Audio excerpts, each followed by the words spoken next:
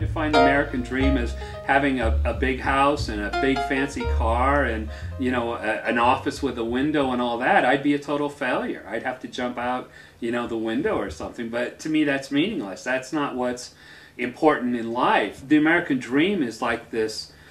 It's almost like a concept that is mutable, that is changeable depending on the person. How many people really turn inward and ask themselves, what are my values? What are my beliefs? What do I think? What do I think is the way life should be led? And looking at the traditional sense of the American dream, when the immigrants came here on Ellis Island, they didn't have anything, so they wanted things because they didn't have anything. But now that's really been kind of, you know, perverted, you might say, where it's things just to accumulate things. You know, that all started in the 50s with the idea that after the war, the soldiers had paid, you know, the price, and if you were lucky enough to survive the war, you were entitled to the good life. And of course, jobs were easier, the post-war economy was higher, and it's the idea that Madison Avenue was selling the big fin Cadillacs and the house with 2 garages and the perfect lawn. And, you know, for a long time, and for many people, maybe that still is the American dream.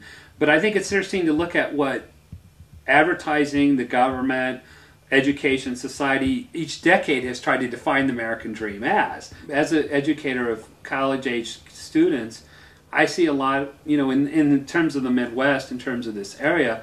And the thing I've noticed is that so many people lack an intellectual curiosity. They don't seem to have any interest of anything. They don't want to dig in deeper and find out things. Even in those areas that they are interested in, they don't really have that drive to find out all they can, you know, about that particular subject, whether it's, you know, music or sports or whatever. It's a very kind of, you know, passive, where everything is given to them, where they want to, you know, just take it in, but they don't want to have to actually, you might say, be proactive and go out and do it. So I would say that, you know, they need to find what their passions are and pursue those passions with 110%, but also learn the history of it, learn the background of it, so that they can see where the continuum is, because nothing happens in isolation. We come from somewhere, or our passions, our interests come from somewhere. They have a history, and that history in a lot of ways will point the way to the future.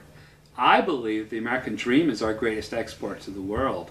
This is why you see so many people in other countries like India, Japan, Korea, becoming successful, whether they come to this country or not, especially now with the globalization of jobs. We've really taken countries like India, where before it was never possible for people to jump outside of their class and better themselves, and now they are. To me, I think that everyone has their own definition of the American dream based on their you know, cultural background, their family background, their experiences growing up, their education.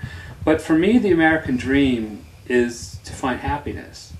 It's to be able to do what you love, to be able to make a living doing what you love, or even if you don't make a living doing what you love, find a way to supplement it by doing something else, but giving your total devotion, time, and energy to that pursuit or those pursuits that you find ultimately fulfilling.